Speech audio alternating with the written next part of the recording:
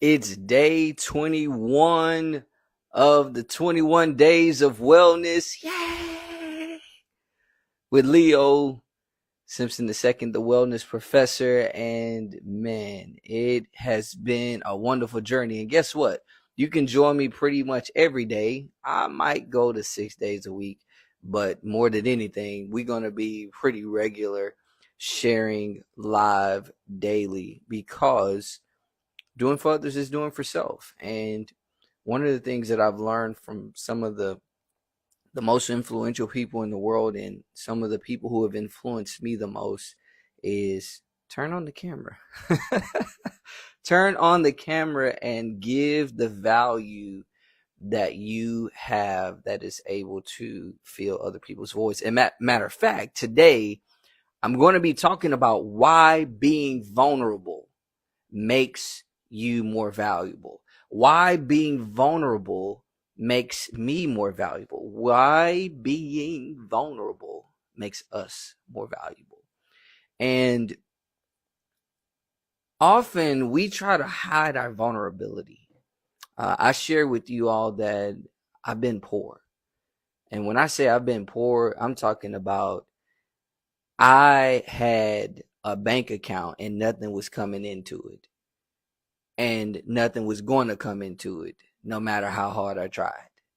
Not only that, we were at the mercy of others with transportation, with housing, with food.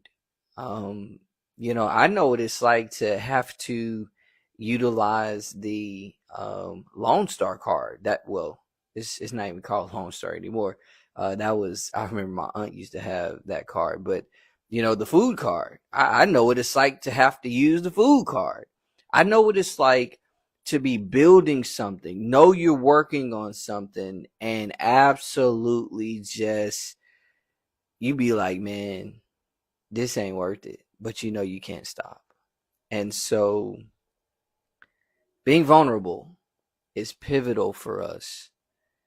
And I need to talk about it today. I need to be vulnerable.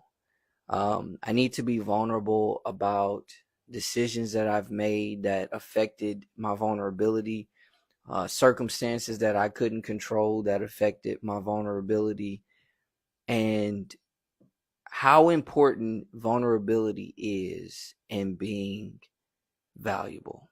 Okay. And so why is it that we do not like to show our vulnerability?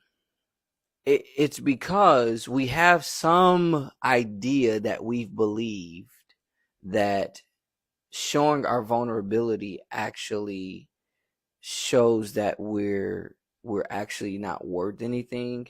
It diminishes our value. It disrupts the idea that people have of us, or there's an idea we have of ourselves that we want other people to have. And so we think if they see us in a vulnerable way, then they're not going to see us in a certain way. And the reason we think that is because we really judge people that way. The reason we don't like being vulnerable is because we have presuppositions, assumptions, and various different ideas with regard to when people are vulnerable, how we look at them and how we judge them. And as a result of that, we don't want to feel the things we think about other people.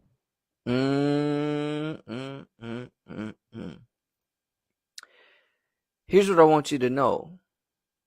I am the evangelist, the preacher, the promoter, the messenger, the trumpeter, whatever you ought to call it, for the idea of doing for others is doing for self. I am the one who is going to elevate at the highest level possible that I can the hidden billionaire success strategy of being consistent and meeting the needs of those who cannot help themselves and cannot do back for you, because what it does is give you the ability to understand why being vulnerable makes you more valuable.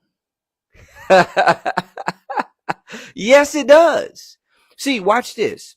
If one of the main reasons as to why people find themselves not wanting to be vulnerable because they don't want to be looked at in a negative light, and the negative light that they think about being vulnerable is really how they look at people who are vulnerable. Really, you need to change how you look at vulnerable people so you can always feel like being vulnerable makes you valuable. In other words, if you take of your value and pour into the voids of those who are vulnerable, guess what? You will always consider that there's value in someone else as well as value in your vulnerability. See, here's what I've been talking about, and I won't stop.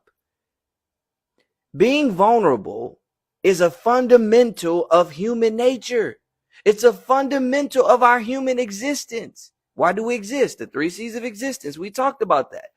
The 3 C's of existence: creativity, connection, and contribute, which means we exist to create, we exist to connect, we exist to contribute. In what way? We exist to create value for the voids of others. We exist to connect our value to the voids of others, and we exist to contribute our value to the voids of others. Martin Golden says, I wish I had some help in here. We exist to create, to connect, and to contribute. What? Value into the voids of others. We exist to connect our value to the voids of others. We exist to contribute our value into the voids of others. Why? Because we are designed to have the experience of contribution, compensation, and consumption, the 3 C's of life. And the only way you can have that if there's a flow and an ebb and flow of human connection and existence. It's the only reason. And see, when we have the mindset of, I got to go get mine, we actually position ourselves not to be vulnerable. When we say, I got to go get mine, we're actually saying, I'm prioritizing myself, my value. I'm exalting that which is of great benefit and influence for me. When the truth is, our value is designed to fill the voids of others, and in no way, shape, form, or fashion can satisfy our own voids. And so the truth is, we have to be vulnerable, because if we're not vulnerable, we're going to give the perception that we are superhuman, or that we are super people, or that we never have any issues, and people will not believe that we are relatable. Relatable in the context of the human existence, which is to create, to connect, and to contribute. Now watch this. Let me talk about this from the context of the compassionate generosity with those who are completely generous, and then the other side of the commercially generous with those who are completely vulnerable. So make sure I said it right. The compassionate generous for those who are completely vulnerable, and the commercial generous for those who are partially vulnerable. Now, let me talk about this side over here, the commercial generosity. All right. So the commercial generosity is our professional environment. It's our economic environment. It's our market, right? It's our structure of contributors and consumers, like the ebb and flow of products and services being distributed and them being consumed, okay? So in the business arena, people do business with people they know, like, and trust. But here's the thing. You can build likability, knowability, and trust very quickly, and you can do so by your story. Your story that actually you create in such a way that it connects with other people and contributes awareness to them that you understand their problem and that therefore you understand their solution. Now look at it. In order to create value in a commercial sense to where people will actually pay you, watch this. What people need to see is that which enables you and them to relate. And the only thing that can create that is vulnerability. Because vulnerability says, like, I can trust this person because they're willing to tell me the truth about themselves, and telling me the truth about themselves positions them to literally make me understand that, hey, we are the same, even though we're not the same. But why are we the same? We are the same because they are showing me their void, not their value. They're showing me that they not only are vulnerable or can be vulnerable, but that they are willing to demonstrate the capacity and reality of their vulnerability. Mm-hmm. Yeah. In other words, this person is showing that they can give me value, and they're being vulnerable to the extent that they are positioning themselves to show that, hey, I'm going to focus on your value so much to where I know I might not get anything out of it. Again, I was asked this question. How do you feel about when you go live, potentially there not being people who watch you? I don't care. Why? Because I know the value of putting the content out even if nobody is watching. For sure, if I'm putting it out on my platform and people are coming and checking out my platform, it's going to be there for them when they're looking for it and when they come to find it. If I put it out on my YouTube, my LinkedIn, my Facebook, it's there for them when they come looking for it. And you know just as well as I do that there are things that you have found that people put out weeks, days, months, in some cases years before you were looking for it. And because you went and typed into, Google and looked for it and it came up, it was just what you needed. And in your mind, you're like, man, I'm glad they put that out there because I needed that. See, I'm not here for me. I'm here for you. There was a day when I was here for me. There was a day when all I wanted was somebody to follow me. All I wanted was for somebody to hear my message, because if they heard my message, then I could get the money that I needed. There was a day when I needed to be heard. And let me share something with you. So I participated in a speak off competition in what was it, 2022, and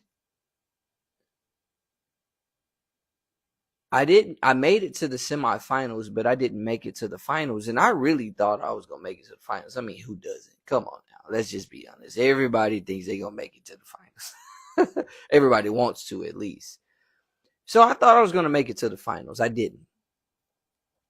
And while I was sitting in the group that didn't make it to the finals, they actually gave us some value, some additional training. I'm talking about like thousands of dollars worth of training for the people who didn't actually make it to the semifinals. Some solid speaker and business strategy training that, it just added some value. But as I was sitting in one of those moments, I had this realization based on something that was said by the one of the speakers, and it hit me so clearly. As a matter of fact, let me get my notes, because I don't say this too often, too frequently, to where it's easy for me to forget it.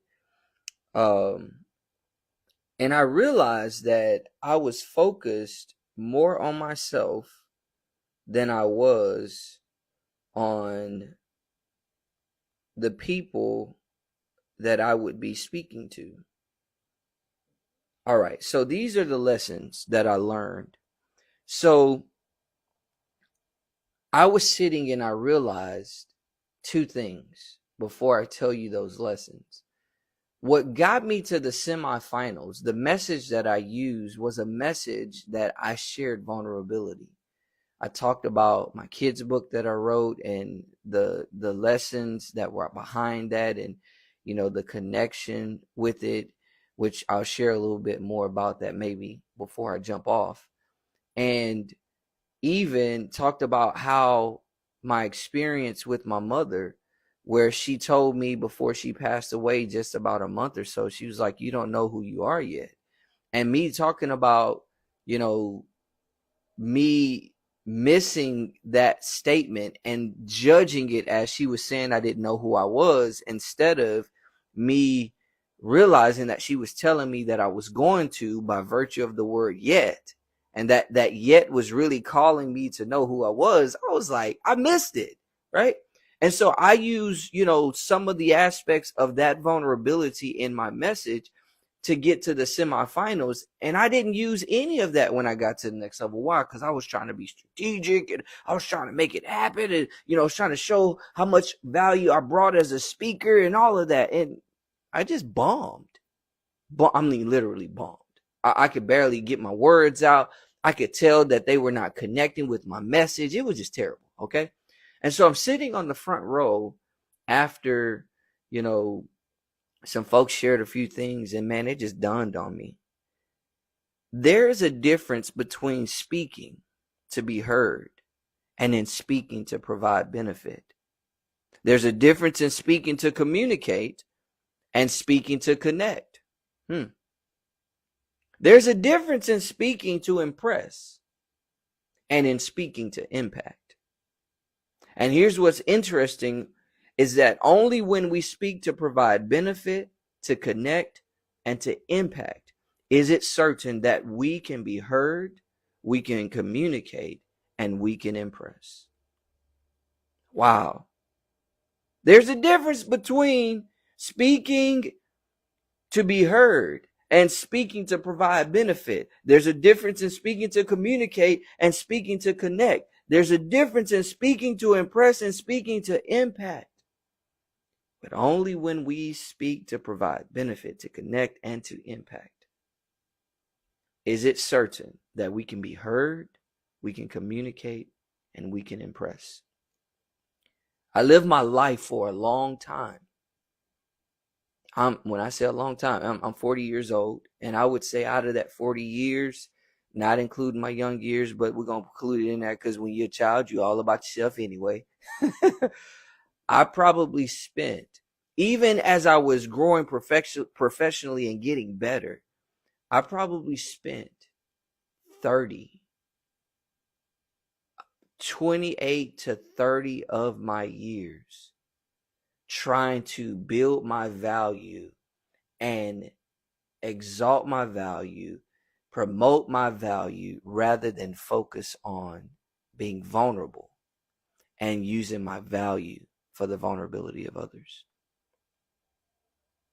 I focused on my benefit. I focused on the benefit I was going to get and the benefit that was in it for me. I focused on I focused on being heard. I focused on communicating. I focused on impressing. And guess what? What you got to understand is it's important to be heard. It's important to communicate. It's important to impress. But when you do so, focused on your value as something that's beneficial for you primarily, what happens is the other person on the other side does not want to have anything to do with you. So my question is, how do we be vulnerable? Like, what is it that we can do to be vulnerable and become vulnerable even more so that we can really become more valuable? You ask a great question, and so did I. Be consistent in meeting the needs of those who cannot help themselves and cannot do back for you. Doing for others is doing for self. Leverage the hidden billionaire success strategy. Yeah, that's how you do it. You can be vulnerable commercially to where you share your story in a way that people will resonate and they understand in a relatable way how you understand the problems that they're having, the pains that they're having, and that you can be that person that can solve that problem for them. That's you being vulnerable so that people can know not only are you vulnerable, but they are vulnerable in the same way. And if you're as vulnerable as you are and you're in a position of authority where you're presenting on a platform or presenting an offer and catching their attention, drawing them, fusing them to connect with you, and guess what? They're like, well, maybe that person can help me. At least they can maybe point me in the right direction.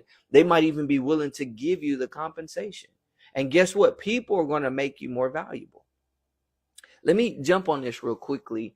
I've shared this definition, these two definitions about wealth and money.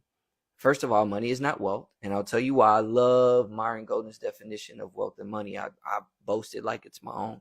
And the definition of wealth is the ability to create value for someone other than yourself. Watch this. Then the opposite of wealth, we've done some talk on that on this platform about the opposite of wealth is actually not only poverty, but also lack, right? It's weakness, right? So literally the opposite of wealth is actually void or vulnerability in a certain way, right? So if you are poor, the opposite of poor, lack, etc., right?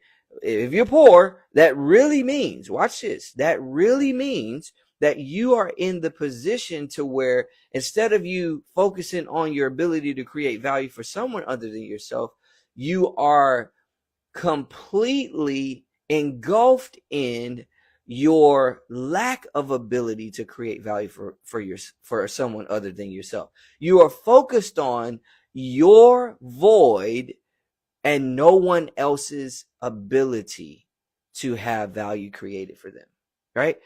And that's just not the place to be, right? So when you amplify your value from the standpoint of your value being satisfying to you, you're not understanding that you're really focusing on your own void and vulnerability, which really means you're trying to hide your vulnerability. We cannot hide our vulnerability and make ourselves more valuable. We can't. Matter of fact, when I talked yesterday about the importance of, what it is that enables us to never be a terrible leader, and in talking about what enables us to never be a terrible leader, and that is to understand the distinction between leadership and management, you have to be vulnerable with yourself. You have to expose in yourself that you have a void of the distinction between leadership and management in order to make yourself be in the place so that you can never be a terrible leader. Anything that we have achieved of any level of value, to achieve it, we had to acknowledge a vulnerability or a void first. We had to. There was no way we could move forward if we did not position ourselves to accept or acknowledge our own void and say, hey, I have this void, but there's this value over here and I got to go get it. Because my value cannot satisfy my own voids. It's others' value that satisfies my void. Which means, in two respects, if you want customers, clients, if you want transactions from the commercially generous side, you've got to understand, no matter what you do, you've got to be vulnerable. If you're going to contribute in the marketplace, you've got to be vulnerable so that there's relatability. If you're going to consume in the marketplace, you've got to be vulnerable. Why? So that you can connect with relatability where somebody is communicating their vulnerability that's connected with your void, so you can know they have value to fill your void. That's good. However, how can we really be the most vulnerable. The way to be the most vulnerable is to go on this side with the compassionate generosity, with the completely vulnerable, and feel their vulnerability as your own by meeting their needs consistently. Here's what I mean. Pumping value into those that seem like they're not worthy of value, that they don't deserve value. That's what I was trying to say, don't deserve. I be moving fast in my head. Y'all help me. Or as Myron say, pray for me, don't judge me. Go on this side with the completely vulnerable and give compassionate generosity. Release compassionate generosity on a regular basis, daily if you can. And what does that look like? It's not just giving the homeless somewhere to stay. It's not just giving food to the hungry. It is. It's not just giving clothes to those who are not just naked, but their clothes are really not good clothes, right? So they're really not clothed well. Not just visiting the sick. That is a good thing. Not just visiting those in prison. That is a good thing. But also each one of those categories, the homeless, the hungry, the naked, the sick, the prisoner, we have those same situations in a more mental and intangible sense, right? A person can be in the prison of their own doubts. A person can be in the prison of hunger, or a person can be hungry for wisdom and perspective. A person can be naked of confidence, right?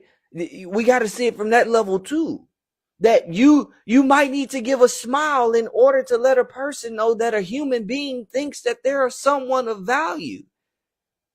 Yeah. You might see somebody and see that they might be down, and you go over to them and just say, hey, you are loved. You're unique. You're valuable. You were created for greatness and great things, and you were created to live a life of contribution. Remember that. Yeah. Now, let me touch on that a moment. That is what I call the 5 greatness sayings. And one of those sayings, you were created for greatness and great things. You were created to live a life of contribution. So my dad, before he passed away, he pastored a church. And there was a time where I actually was a part of that work with him before there was some transition and whatnot that took place in my life. And I remember there was a speaker that he brought in.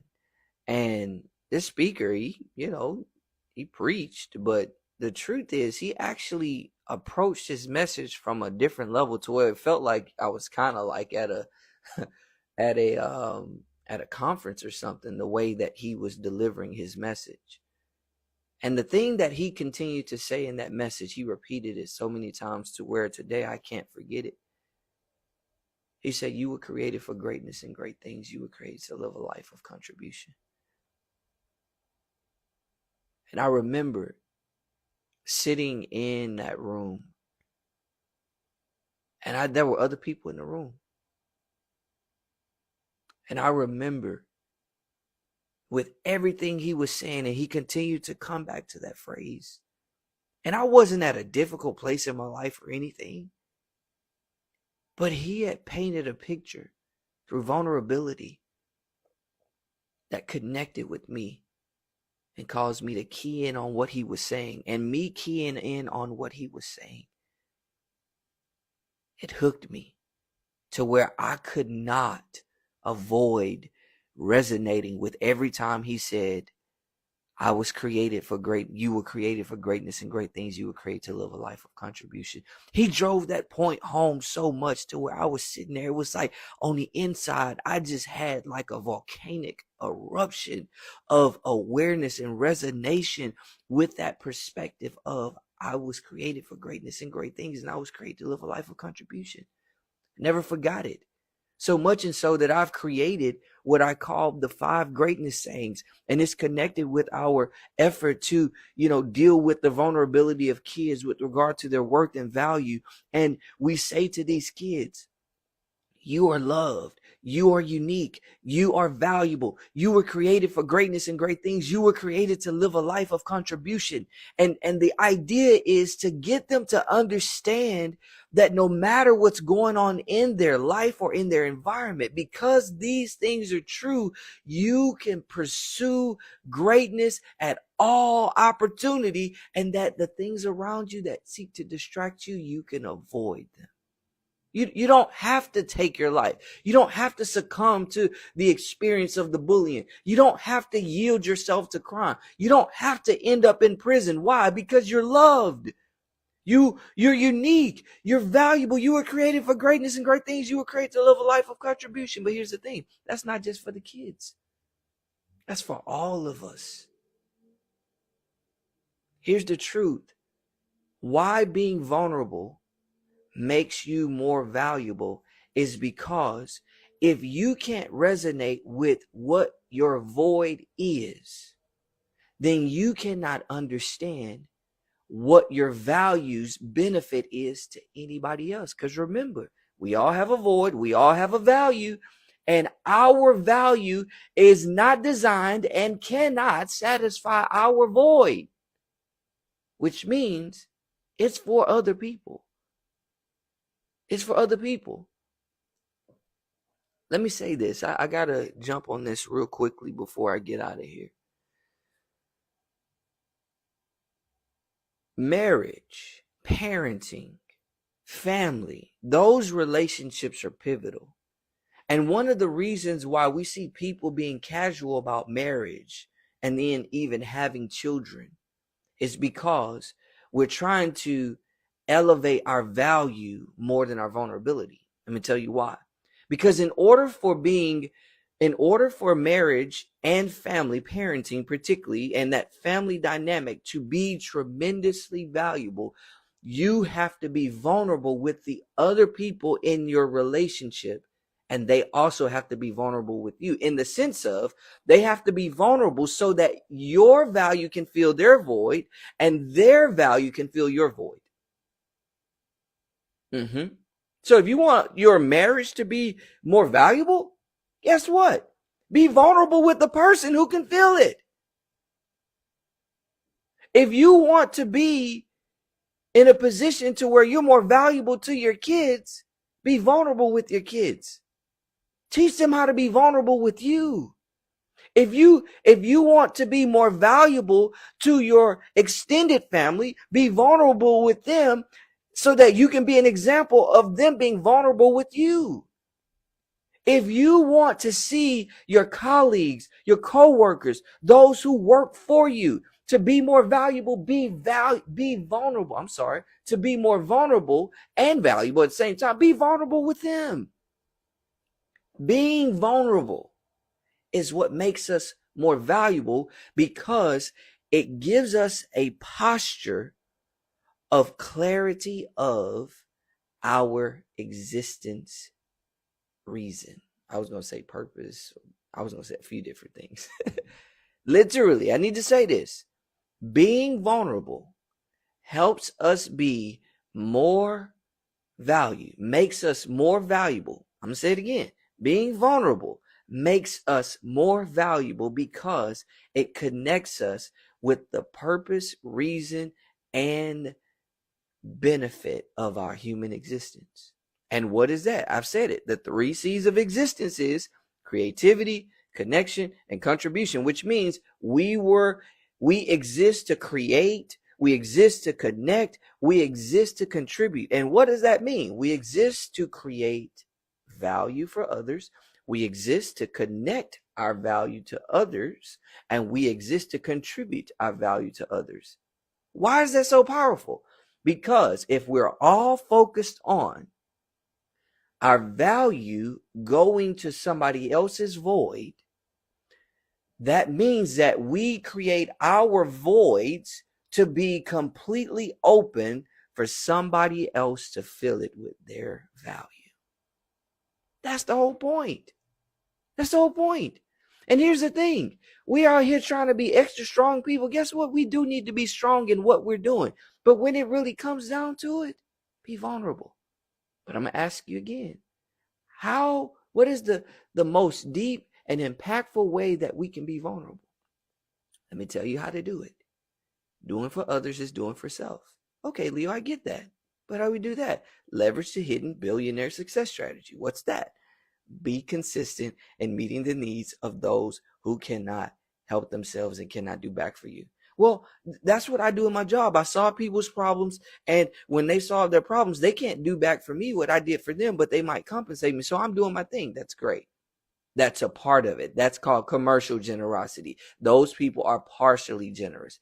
You need to go serve the ones who are completely vulnerable in the area of compassionate generosity. And so let me give you an example of what that looks like, and then I'll get off of my podium. I shared this with you that one of the ways we do what we do in our company, Inspire the Globe, is that we deliver content and we create solutions, right? In other words, we educate people, we teach people, and then we engage them in application. And that's because that's just a unique construct of our existence. Like, we have this unique ability to straddle well between strategy and execution. So we built our strategy to be able to do that we teach people and then we engage them in application, right? So we give them the ability to discover, and then we position them to demonstrate, right? And that gives us the ability to really connect them with a unique value, right? Now watch this. One of the ways we help people discover the power of doing for others is doing for self is we connect them with a compassionate generosity experience, right? We teach them within the context of that, but then we connect them with an actual opportunity. And so who's the focus of our compassionate generosity? It's kids. It's kids because kids are more likely today on the trajectory to be bullied and be bullies, and bullying actually leads to the effect of them being more likely to pursue suicide and potentially take their lives, enter the ways of crime, and then end up in prison, right? To where they are completely devaluing their worth and what they have to offer, right? So we have those as our completely vulnerable group in the compassionate generosity. And so what we do is we position the people who want to grow in doing for others is doing for self, who want to grow in their wellness, who want to grow in really opening up the reality that if anytime I do for others, I'm going to position myself to never lack. Why? Because that's a principle. Whoever gives to the poor, whoever gives to those who cannot do for themselves and cannot do back for you, you will never lack. So we position them to do that on the commercially generous side. How? Because we give them the opportunity to learn and discover at no cost for them, but the demonstration then is it's a cost. It costs them time, it costs them study, energy, effort, whatever the case may be, but it doesn't cost them money. So on the commercially generous side, it costs them money to become an encourager of a kid. You see that? So what we're doing is we have the compassionate generosity side. We have the commercial generosity side, which is where now the people who are partially vulnerable, that they can compensate, but they can't teach us what we're teaching them. They can then engage in compassionate generosity from this commercial generosity and be able to have that experience. So we're actually making ourselves vulnerable. How? We're not making any money from this until somebody says, hey, I'm going to encourage. And really the money we're making from the encouragement is not even that much, because majority of what goes into the encouragement, literally, listen to me carefully, it literally is the cost to be able to do everything that is done for the kids. So literally we're making ourselves vulnerable. Why? Because the more vulnerable you make yourself, the more valuable you become.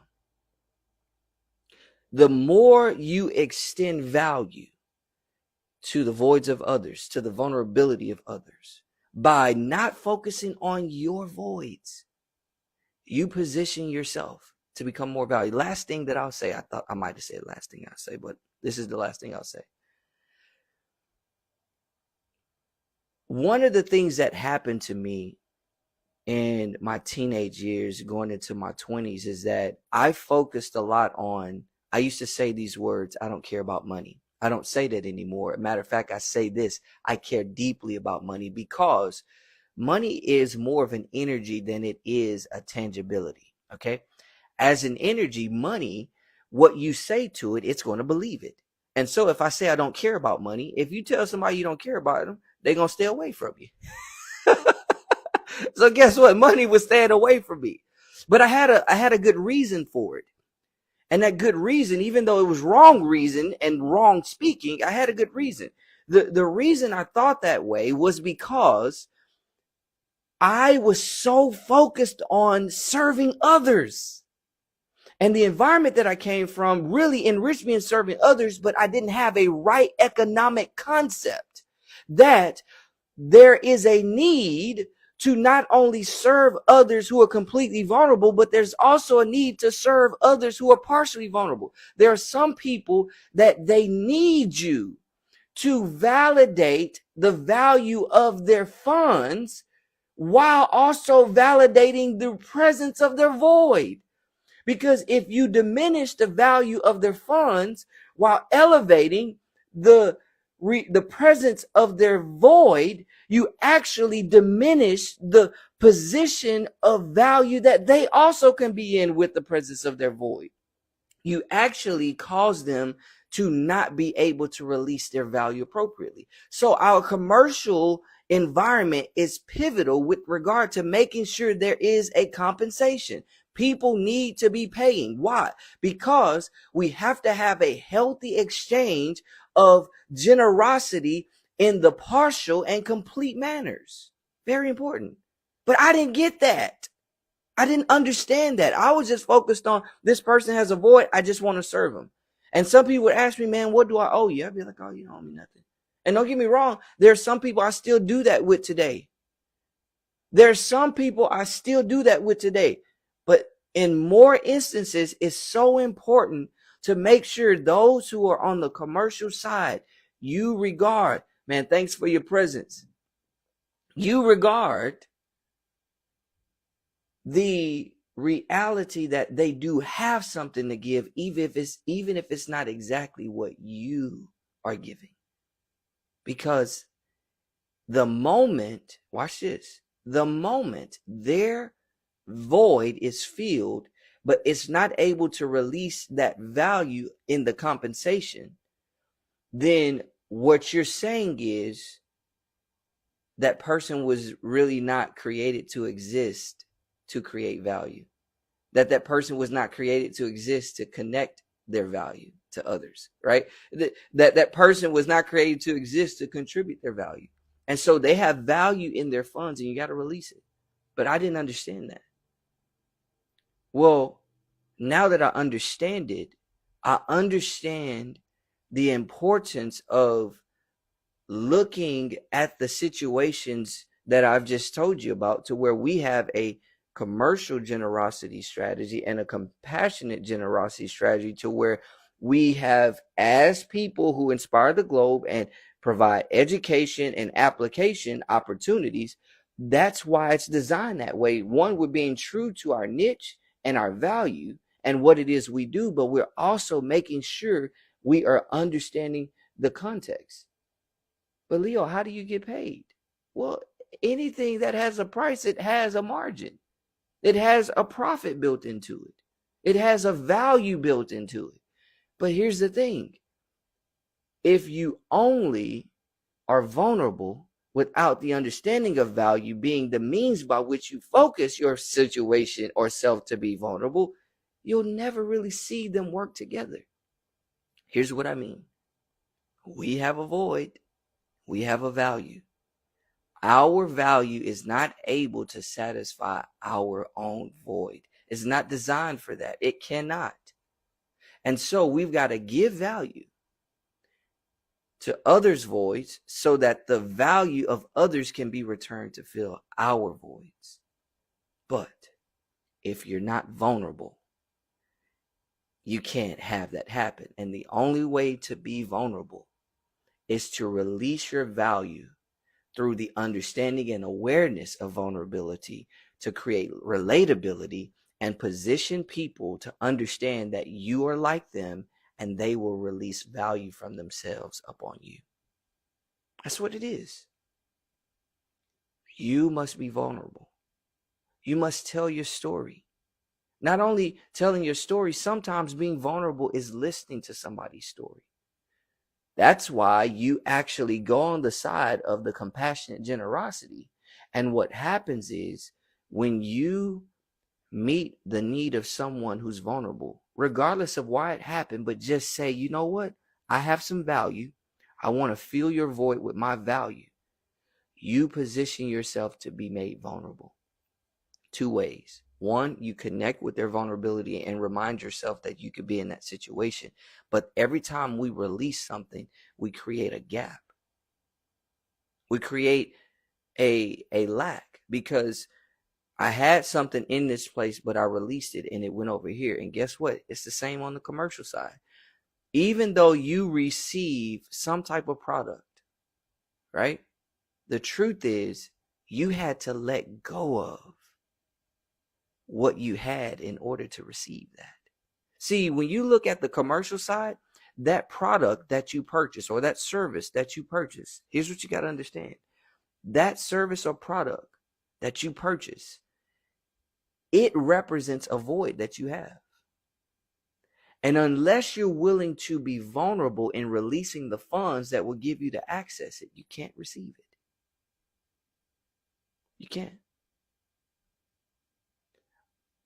I said that was going to be the last thing I said earlier. Okay. You know, I happen to be a preacher, and sometimes they say we preachers, we have 50 million closes, but I'm not going to have 50 million. I just had a few extra. I tell my students, I ask them this question. I say, how many people say something costs too much? And they raise their hands. I say, never say that again. It's not that it costs too much. It's that it's more than you want to pay. But it's really not that it's more than you want to pay. In many instances, you don't have enough of a void to where the price or the product or service is really of value to you.